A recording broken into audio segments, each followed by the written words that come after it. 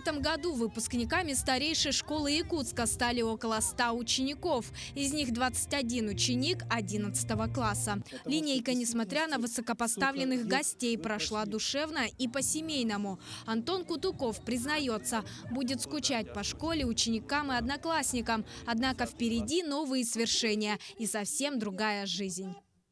Мои одноклассники, многие рады, что мы сегодня окончили школу.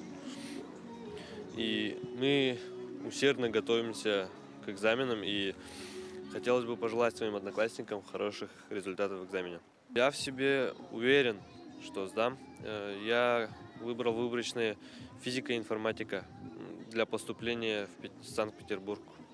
С радостью и легкой грустью своих учеников отпускает и классный руководитель. Совсем скоро у ребят начнется ЕГЭ. Подготовка к нему, по словам учителей, прошла успешно.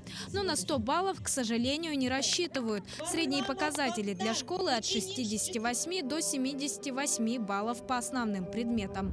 В прошлом году у нас 50% поступили на высшие учебные заведения и где-то 40% поступили на среднее специальное учебное заведение. А остальные у нас дети, вот есть дети, которые в армию уехали, и те, которые работают. Между тем, последняя эта линейка стала и для некоторых учеников 9 классов.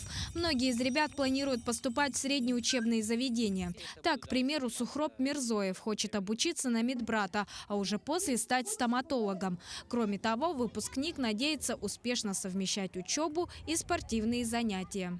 Занимаюсь единоборством, самбо и дзюдо. Выступал на всероссийском соревнованиях. Конечно, буду дальше заниматься и одновременно учиться.